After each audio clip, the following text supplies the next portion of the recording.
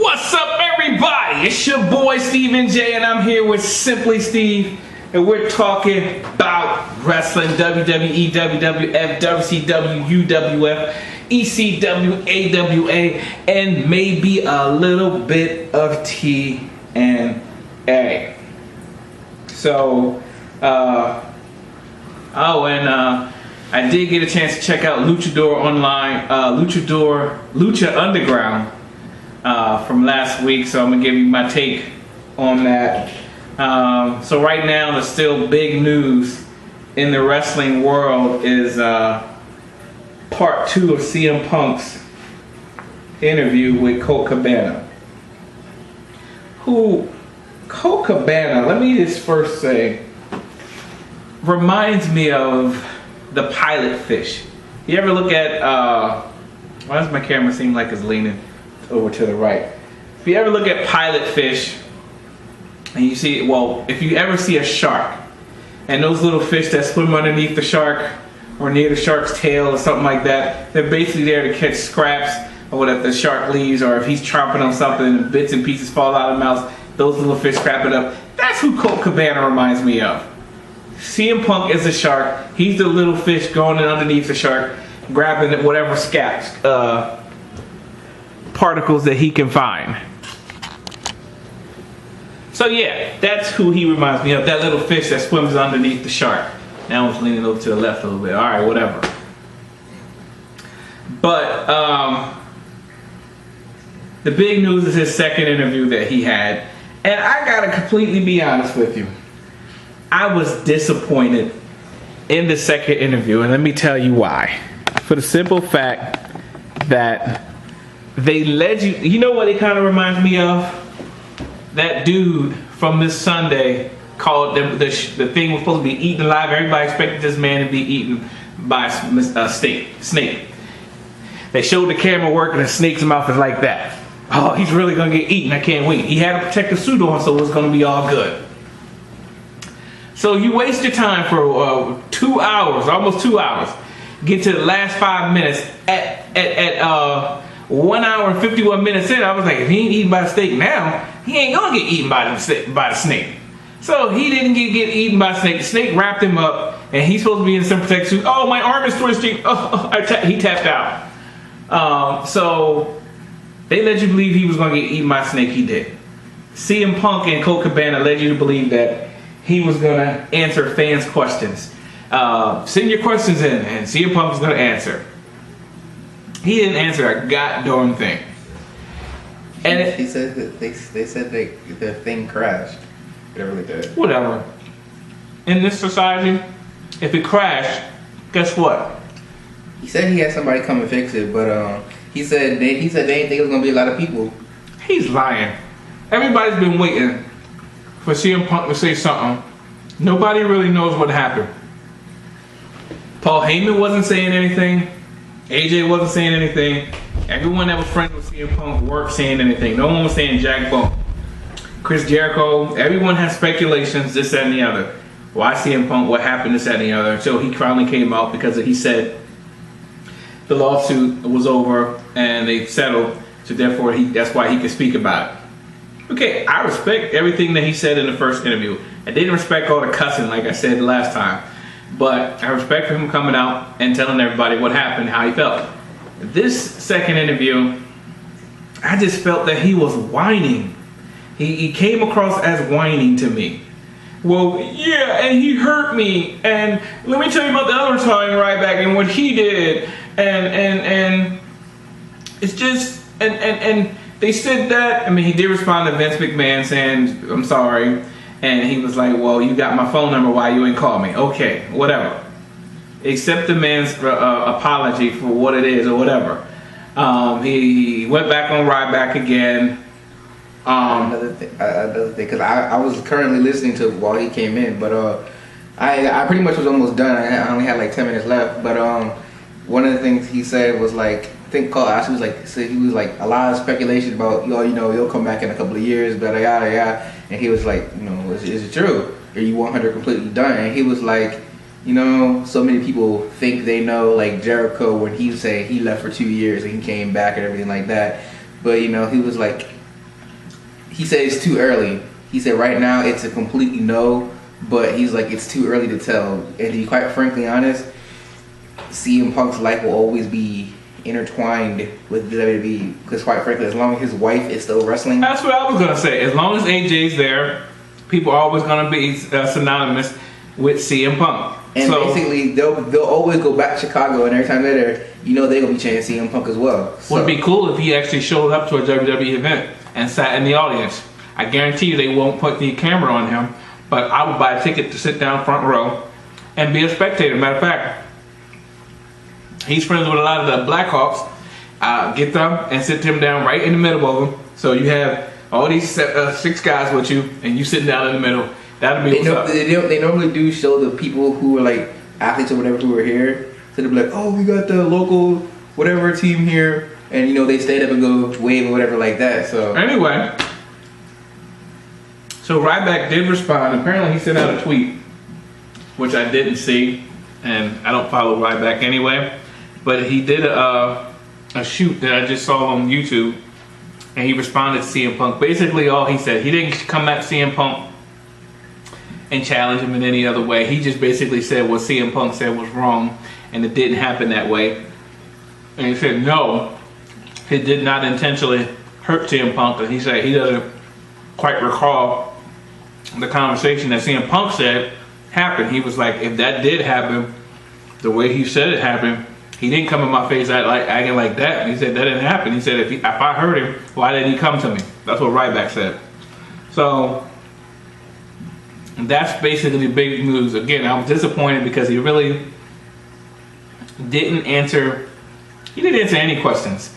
Him and Colt Cabana just basically played for over an hour on the radio, and he basically for about an hour talked about what he talked about last week. So again, everybody that reviewed it pretty much had the same synopsis, that he's coming across as whiny and he's upset with the WWE or whatever. And then basically the bottom line is this: when Stone Cold took his ball and left, WWE moved on.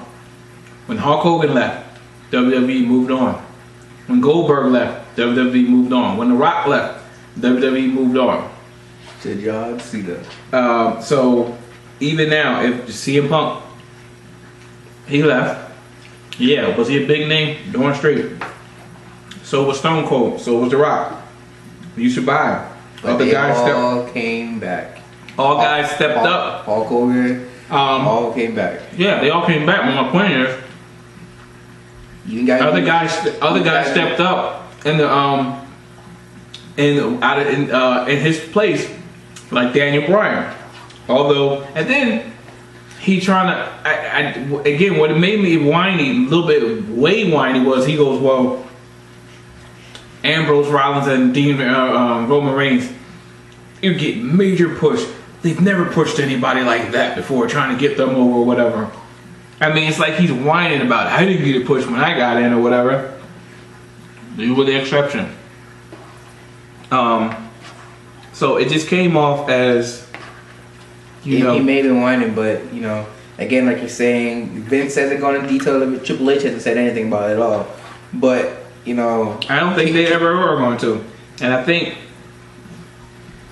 what Vince did last week was a brilliant move, not addressing what Punk said other than just apologizing. Because he could have said something back or whatever, this, that, and the other. And then where Punk would have to respond to it, then possibly Vince would have to be a spot. And that's the same thing that Ryback did in his interview. He says, I'm not going to sit here and say anything so we can go back and forth over Twitter. I'm not going to do that. Basically what he said was wrong. He didn't come in my face and say anything like that. So, and that was it. So this coming Sunday is TLC. Tables, ladders, chairs, and stairs. I don't know how I feel about it just yet. It's not like, oh man, that I'm really looking forward to it. I would say the only Survivor Series was a shocker. That because it was good. No. And because of the match, with Dolph Ziggler and everything like that. But they were talking. Good. They were talking, about Ziggler winning, but they were more talking about Sting. Not really. Not to me. Sting showed up, yeah, but people were talking about finally they giving Ziggler a chance. They give him a chance. Why he lose to Seth Rollins last night? What's interesting to see, him losing to Seth Rollins, that don't mean anything. A lot of good people lose. What's interesting to see is, matter of fact, if they're gonna start a feud with him and Seth Rollins, I think that'll be great because they have good chemistry with each other. The thing is, it'll be interesting to see what they do since Vince McMahon has come out and said that they need to step up. Personally, if I was Cesaro, when he did that little interview that he had with Homegirl, I would have been like, I'm looking for it because I don't have it, so I'm trying to find it since I got everything else and I just need to get it, and just called out John Cena or whatever to get yourself over. I mean, it's those moments that get you over and get you with the fans. But I'm interested to see who's going to step up to the plate since Vince basically put that challenge out there. Nobody's stepping up for the plate that's trying to do it. I think Bray and Dean are trying to do it. I'm just not as amped about it as I was with Bray and John Cena, as I was with Dean and Seth. So for me, it hasn't reached that climax yet as far as, I want to see these guys go at it. It was cool to see Dean come in the back of an ambulance and everything like that, but I haven't seen, I'm not like on edge, like I can't, like, it's like WrestleMania. You can't wait for WrestleMania to get here because they normally have some good matches and stuff like that, but I'm not feeling that way about this pay-per-view.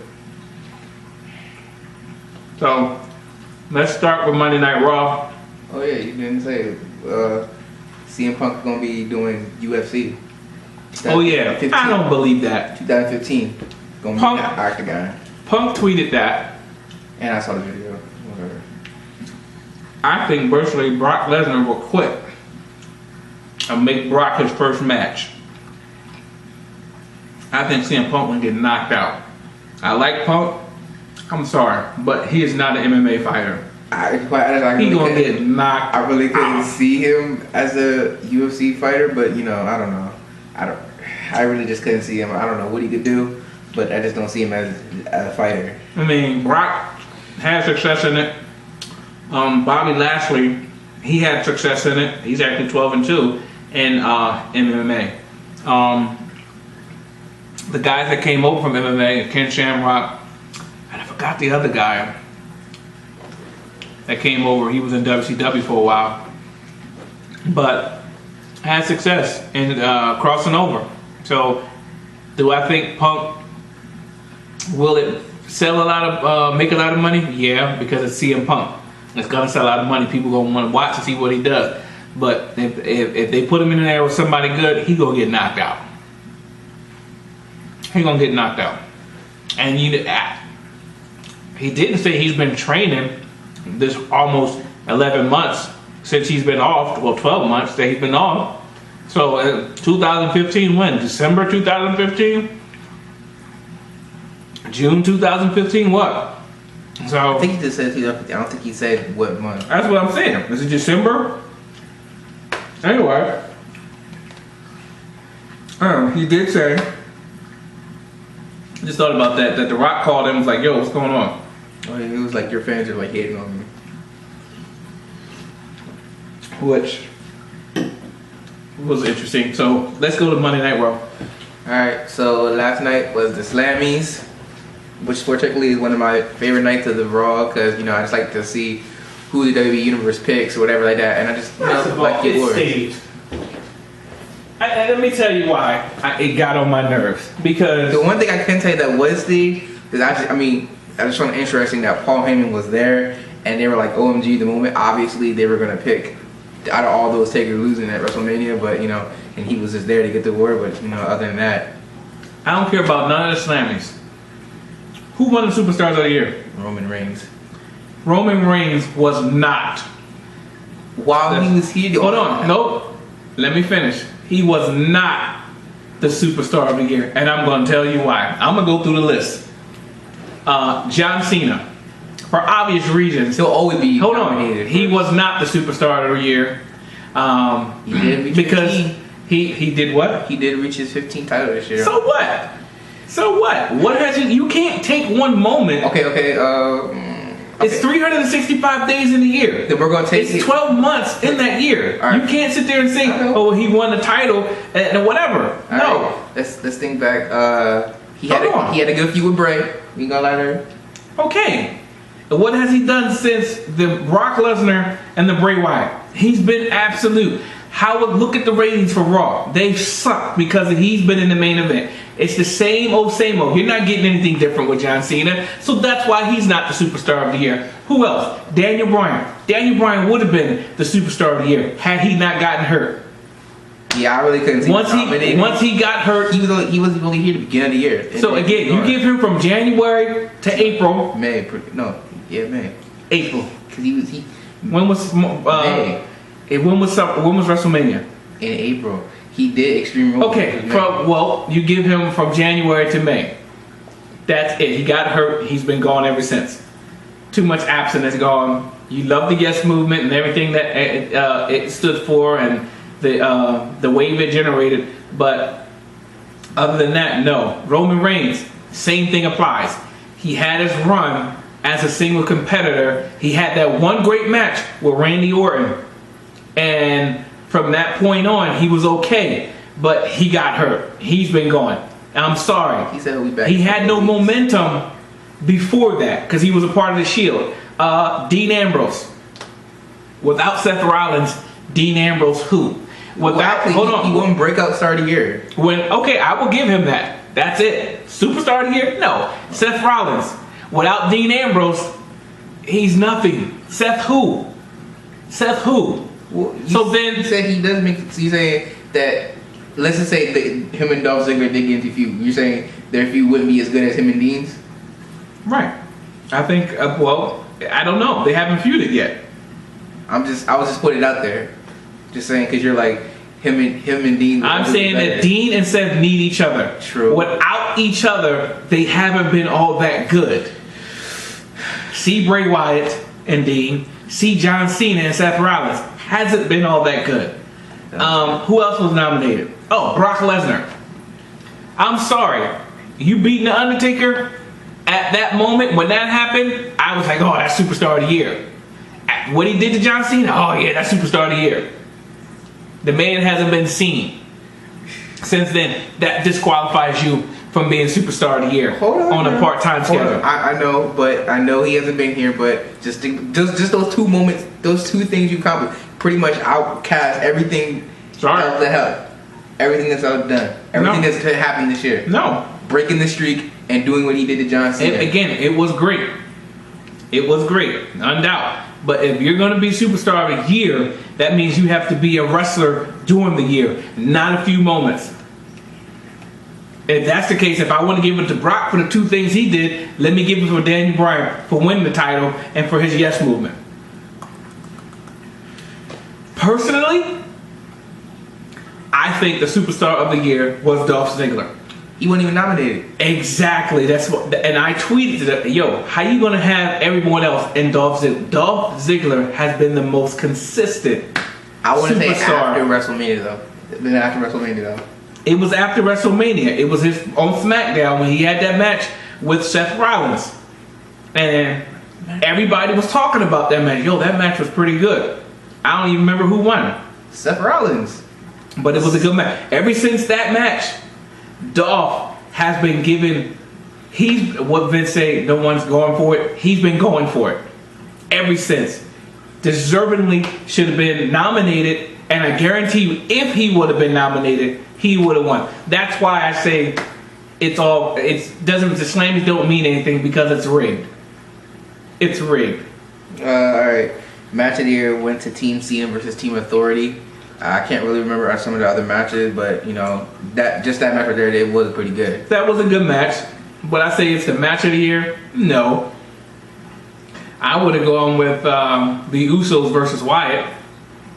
All right, so obviously the match of the year. I would have said Undertaker Brock. could have qualified for the match of the year. I would have said Shield versus Evolution. Oh, that was one of the options. Would have been for me a match of the year. I mean, was it match of the year? Yeah, match of the year. All right. Obviously, AJ won Diva of the Year. Don't care. Tag Team of the Year were the Usos. Anything to say about that? I mean, they had their moment with their. I would say this is their year. They finally won the Tag Team Championships this year. I agree with it. And they had that awesome feud with the Wyatts. I agree. All right. They said Rivalry of the Year was Dan Bryan and the Authority. I guess because the underdog finally overcomes, but then he ultimately lost because he got injured. Because there hasn't been any rivalry. I mean, you could say Dean and Seth. I would say really. Dean and Seth would have been a rivalry. It did last a little bit longer than 3 months. Alright, so then we had, of course, OMG shocking moment, streak ends. Brock, they didn't even show him. Brock music did hit, but Paul Heyman came out, so Brock can't even be here to accept his own award. Whatever. Alright, and NXT. He's in a desert somewhere. In the woods, underneath a rock. That's where Brock is at. Alright, and then NXT Superstar of the Year was Sammy's. I don't know how to say Sami it. Zayn? Yeah. Really? Yeah. I don't really watch NXT. I would have gave it to Adrian Neville. I'm sorry. He's the NXT champion. Zayn just started to come around.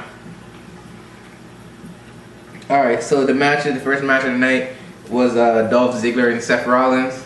It was pretty good, but in the end, Seth Rollins wins after distraction of the security guards.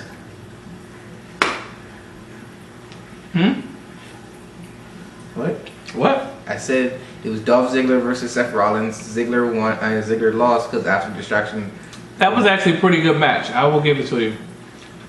Alright, so then we had Kofi. That was my match of the night. Okay. Then we had Kofi versus Stardust. For some reason, I don't know why, but they got Golden Stardust again in a feud with the New Day.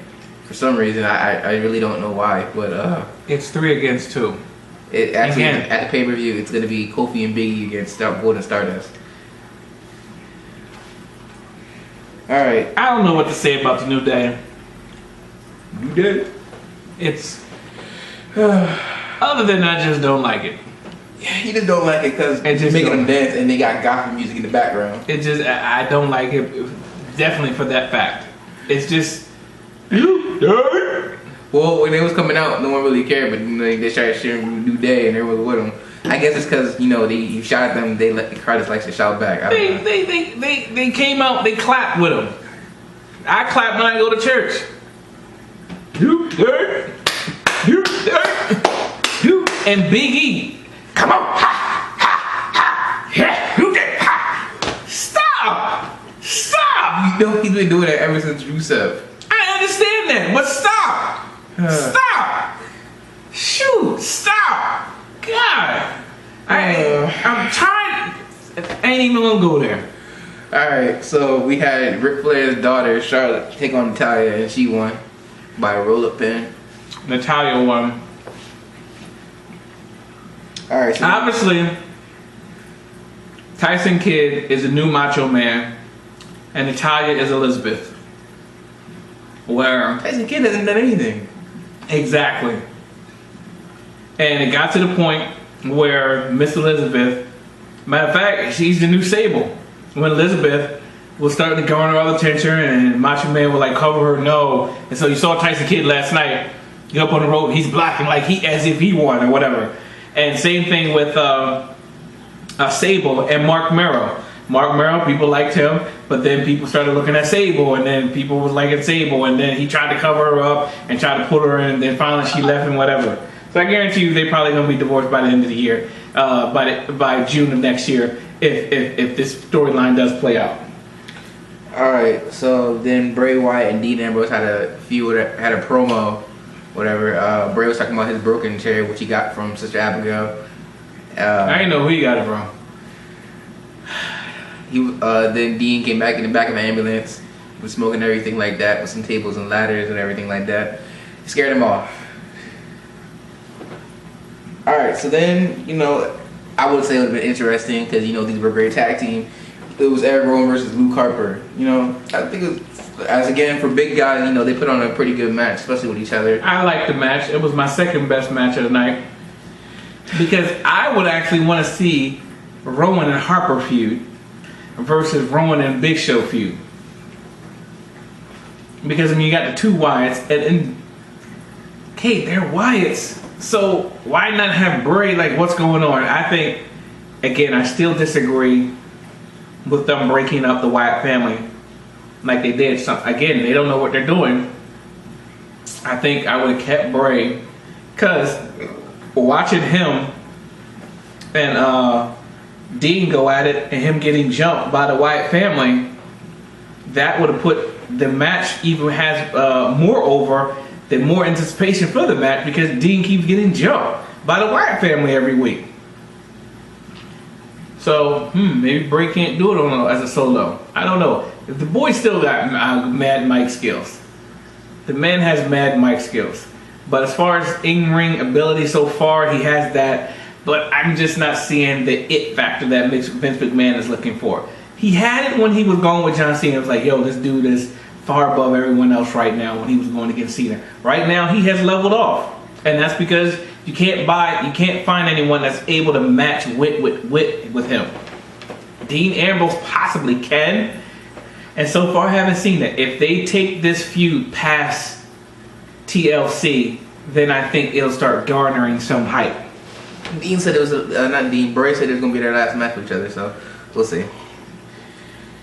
Then we had Rusev came out and said something. I really didn't see this part. I fast forwarded through it, but I just know Jack Sparker came out and attacked him, put him in the ankle lock. Well, that was the end of Zeb. I like Zeb. He was kind of funny.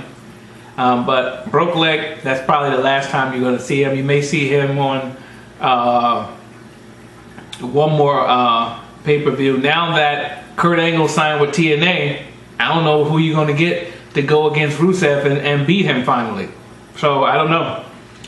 Alright, so then it was right back in the Usos versus Kane and Miz down and Miz. But a thought just popped into my head. Was that it's possible, there's rumor that Shelton Benjamin's coming back. And he was kind of an Olympic athlete or a NCAA star. So it'll be interesting to see him go up against Rusev if he still has all that ability that he had. I didn't really pay attention to this match. Obviously, you know, Mizdow did what he did best. Copied Miz. He won actually LL of the year, whatever like that. And didn't get it. So, by Royal Rumble, Mizdow, I'll tell you right now, Miz is going to get thrown out and Mizdow hopefully, probably will throw himself out.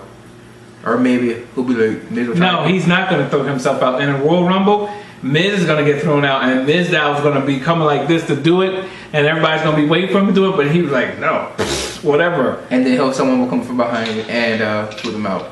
That's what normally happens. I doubt it that that's going to happen. It may last a little bit longer. But I would say they're going to be broken up by WrestleMania. Alright, so then we had AJ versus Summer Rae. Don't care. AJ won. Then we had Cena versus the Big Show. Cena goes for the A. Obviously, Big Show dominates the match. Cena with his superhuman strength as always lifts the Big Show up for the AA. Win by the qualification after Seth Rollins and interfere.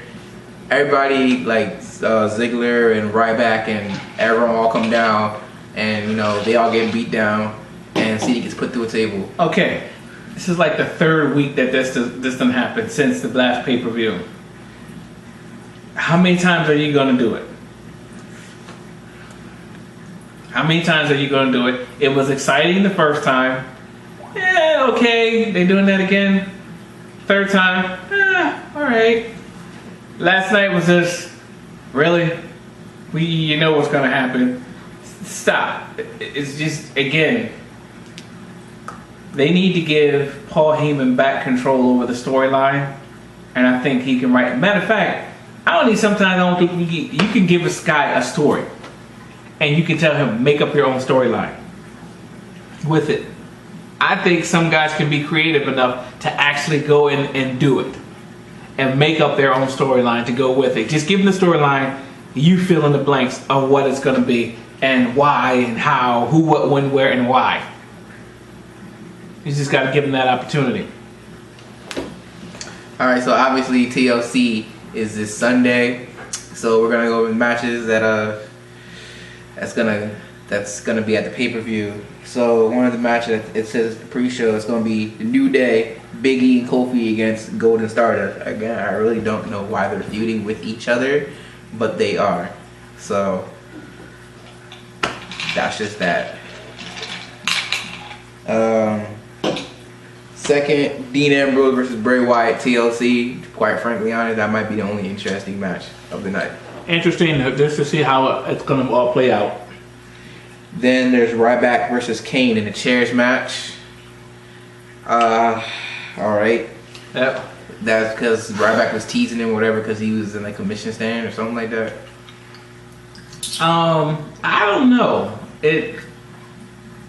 Kane Ryback, I'm not really feeling that as much. They're both slow as I don't know what. So Kane's old, and Ryback is Ryback. So Kane will be retiring soon. What? I said Kane will be retiring soon. I have to pronounce your words more correctly. I thought you said Kane, but to Muhammad soon. I'm like, what? Okay. Alright, John Cena, Seth Rollins is next. Table match. If Cena loses, he won't be the #1 contender anymore. That won't happen. Cena will win, and we'll see Brock and Cena at Royal Rumble. So it's not happening. So you got what? This is the 4th pay-per-view with no world title? I really wouldn't expect to see Brock here, but I would actually to maybe him to interfere or something, show something, man. Let me see him on the Titantron. Something. Send me a postcard or put out those little fans with Brock face on it so I can see it. Something. We forgot what Brock looked like. Is he white? Is he black? Spanish? What? Alright, so then we got Miz, Dow, and Miz versus the Usos for the tag team championships on the line. Somehow Miz and Jay or Jimmy, which one of them, is in a direct feud with them because Miz keeps messing with his wife. Yeah, I don't know. I'm not really interested in this because the tag team. I'm sorry compare the Usos versus the Wyatts versus Miz and versus the Usos. There's no great match there. The only highlight is to see Miz Dow act stupid. That's it. And once you leave that, then what's the match is about? You don't have anything to show for a great match. All right, so then we have Eric Rowan versus Big Show in a steel stairs match. That's new. Yeah, it's new. That's why this year is called Tables, Ladders, Chairs, and Stairs. Yeah, I'm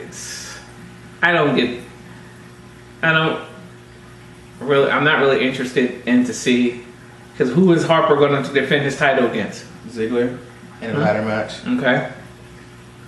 And then of course we got Rusev versus Jack Swagger for the U.S. title. Okay. On the line, and then of course we got Nikki versus AJ. Obviously, Jack's gonna let down America again. Tank 2, flop 2, fail 2. Anyway, he said this is the only thing for Jack, and now he has that opportunity. Now he has. So now that you ain't got Kurt Angle, because he re-signed with TNA, the announcement that he re-signed, which I quite was disappointed hear that news that he re-signed with TNA. Very disappointed about that. I thought it would be great for him to come back to WWE and just say his last contract, his next contract, be his last. So looks like he's gonna retire in TNA. So I mean, I don't think he'll ever be in the WWE Hall of Fame. I mean, I'm bummed about that. So I got a chance to check out Lucha Underground to see what the heck about. Matter of fact, somebody WWE posted something on their Facebook page that they signed this new guy. And everybody was like, yes, can't wait. And I was like, who? And so some guy replied to me. He was like, Steve, all you watch is, he actually said, clearly you don't watch the indies. And I said, clearly not. I said, other than WWE, I said, NXT, I said, I tried to watch a little TNA, but it's just so bad that I just can't watch it or watch it for long. And I said, but I want to watch Lucha Underground this week to see what that's about. He never replied back to me. So I watched Lucha Underground, and I judge it based on my first impression. I'm going to watch it again. So it comes on, and I don't know how many guys out there watch soap operas, but when it came on, it so reminded me of a soap opera. I mean, I know wrestling has stories, but this actually reminded me. Actually, if you put on Telemundo and stuff like that, that's what kind of reminded me of. I think, what's that guy? He used to be a wrestler, but he became an announcer. He was on SmackDown, and when they were doing Tough Enough Again or NXT, he was like the announcer for it.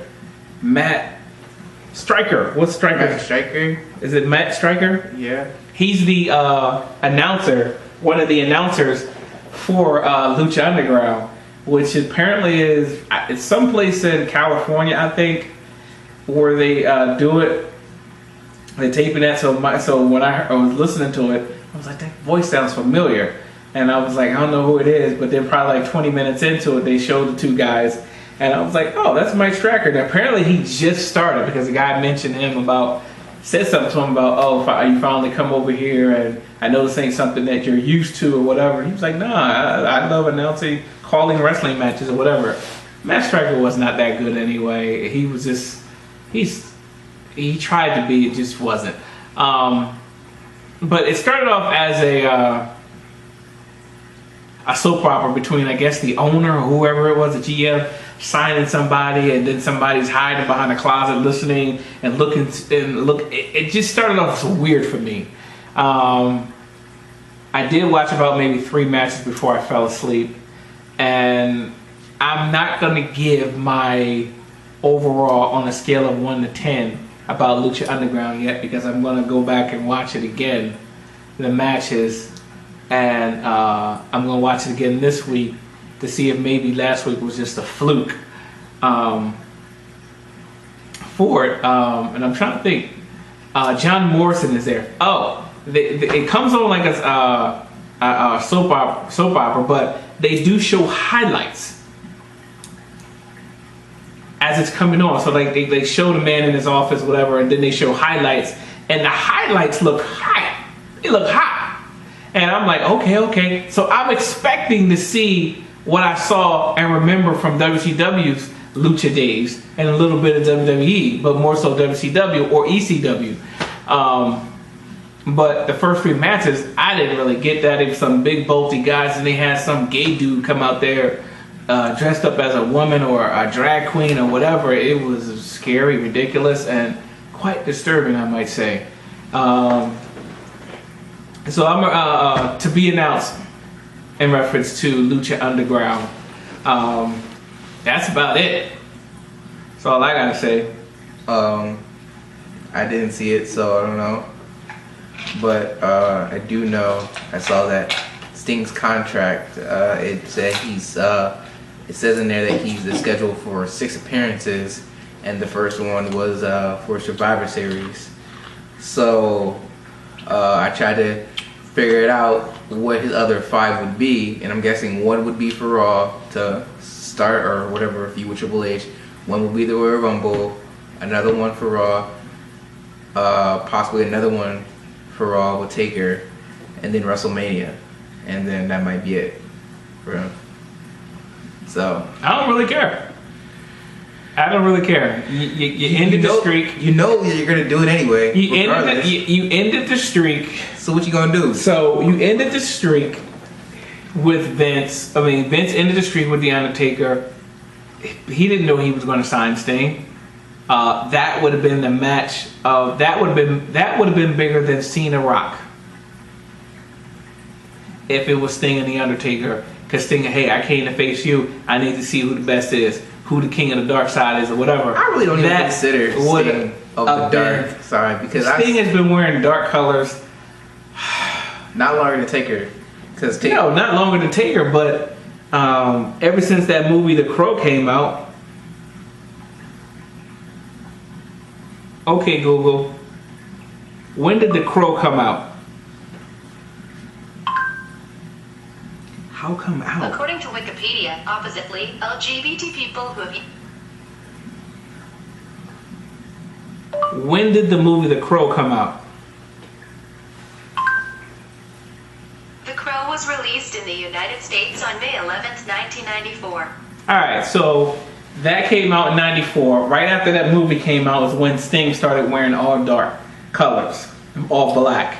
So since 94 is when Sting, so 94, 2004, 2014, so basically almost about 20 years. But I mean, he said he ended the streak, but you know, everyone knows it's gonna happen. So what you gonna do if they do the match? You just gonna go walk away and do something? I might.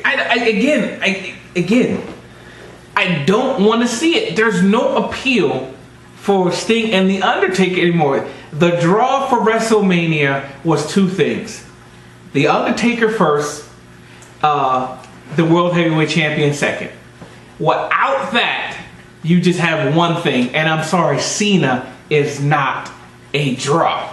He is not a draw. The fans won't buy it if John Cena is it. He's been in the main event. He's been in the main event, but he sucked as the main event. Again, must I say it again? He's the cartoon background that every 3 seconds, here's Sting. Here it is. There it is. There's John Cena. We're tired of it. Well, if the rumors are true, then we'll see Triple H and Sting at Royal Rumble, but it looks like they're gonna go through with it. I mean, unless Taker says no, and he's like, I'm done. Again, and also, Undertaker's old. Sting older than him. Okay, Sting is older than Undertaker. Sting, I can't judge it based off of him doing the Scorpion Death Drop on Triple H, but can't take any more matches. The man has given his all. He has nothing left in the tank. What Triple H said to him last year, it was like, we're supposed to take each other out. That's the agreement between him and Shawn Michaels. Take has nothing left in the tank. It proved that for 2 straight years that this man got hurt and he can't come back after WrestleMania for months because he's just that beat up. Sorry, no. Well, I just want to say this. We always talk about how the Attitude Era was because of DX and Rock and Stone Cold, but after seeing the Monday Night Wars, the difference, you know, comparing Sting and Taker, I had to say part of it was because it's Taker too. Because if WCW was able to convince The Undertaker to come to WCW, WWE would have lost, regardless. Because The Undertaker was the first of his kind of this whole dark character, and everyone was intrigued. Actually, he wasn't. I'm trying to think. There was Barry Windham. He was the Widowmaker, and he came out in the same type of gimmick that The Undertaker was in. He had on all black or whatever, and he had the cowboy hat or whatever. And I think I don't know who came out first, The Undertaker or Barry Windham, but he had the same persona almost. Not as The Undertaker, but Barry Windham, the Widowmaker.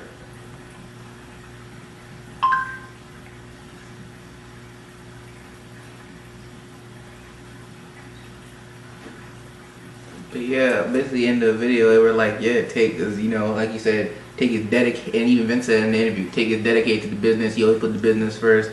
You know, he always did what was literally best for business. And to be quite honest, that last decision made by Vince was not best for business to end the streak. It was stupid. He's trying to get Brock over. He said that he needed someone who was really going to get heat for ending the streak. And I guess to be quite honest, Brock would be the only liable guy to do that. But I mean, Bray Wyatt was in a feud with Cena. I was hoping it was going to be Cena and Taker, because you know that's the only real match he hasn't had left, because he basically faced everybody. But I can't really find he didn't really have on all black. He had on a black hat and a black vest and black trunks and a cowboy hat. So But yeah, it was like Sting was dedicated to. He wouldn't leave even after he stayed to the very last day, whatever like that. So both of those guys were dedicated to the business. But again, I still don't see really Sting just because he's a dark figure and he didn't talk or whatever. And he comes out with these dark, rainy promos or whatever. It doesn't really make it's stupid. They should have got rid of that a long time ago.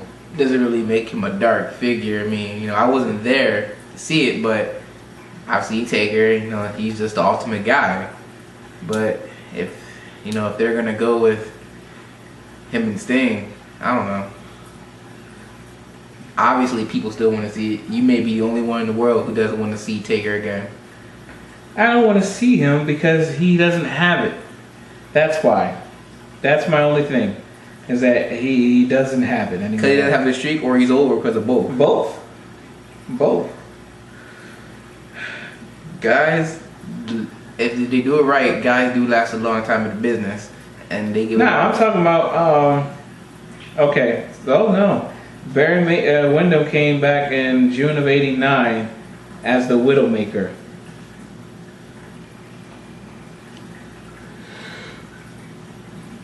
June of '89. Let's see.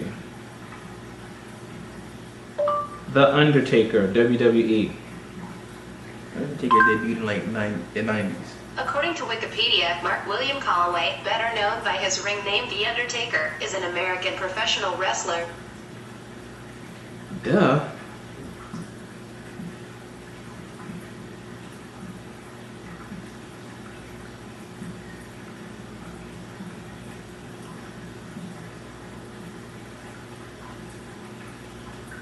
Mark Calloway.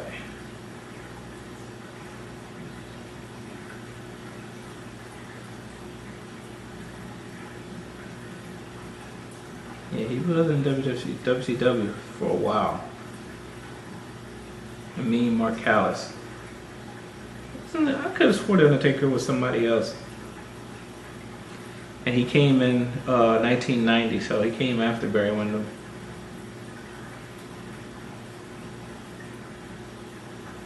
He debuted as Kane the Undertaker. I didn't know that. I don't remember that. I just remember the Undertaker, but his name was Kane. But I guess Kane was his brother. Anyway, so we'll see. We'll come back next week with our report on TLCS. So you're gonna watch it? Because I think this pay-per-view is really boring. Yeah, I'm gonna watch it. I'm paying for it.